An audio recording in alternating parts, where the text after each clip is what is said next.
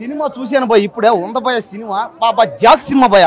ఈ సినిమా ఎవడైతే బాగలేదంటాడో ఆడొక సినిమా బాగలేదన్నాడు. ఎందుకంటే ఈ సినిమా ఒక దేశభక్తికి సంబంధించిన సినిమా.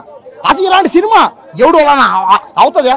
ఈ రోజుల్లో అమ్మాయిలు రొమాన్స్ రకరకాలుగా తీసే రోజుల్లో మంచి కాన్సెప్ట్తో మంచి సబ్జెక్ట్తో ప్రతి ఒక్కరిలో దేశభక్తి రావాలని దేశభక్తి కోసం ఈ సినిమా తీస్తే కొంతమంది ఎదవలు లోఫర్గాళ్ళు నృత్యగాళ్ళు జాకోగాళ్ళు జాక్ సినిమాని బాలేదన్నారు.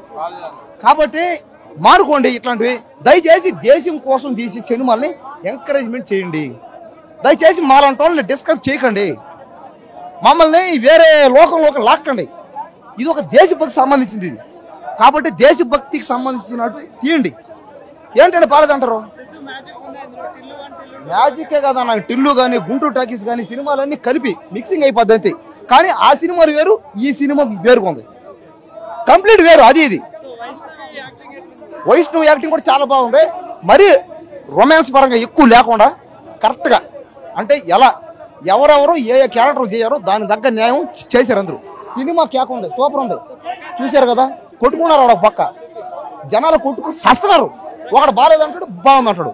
ఒట్టి అబద్ధాలు ఎన్ని. సినిమా మాత్రం కేక సూపర్ అది.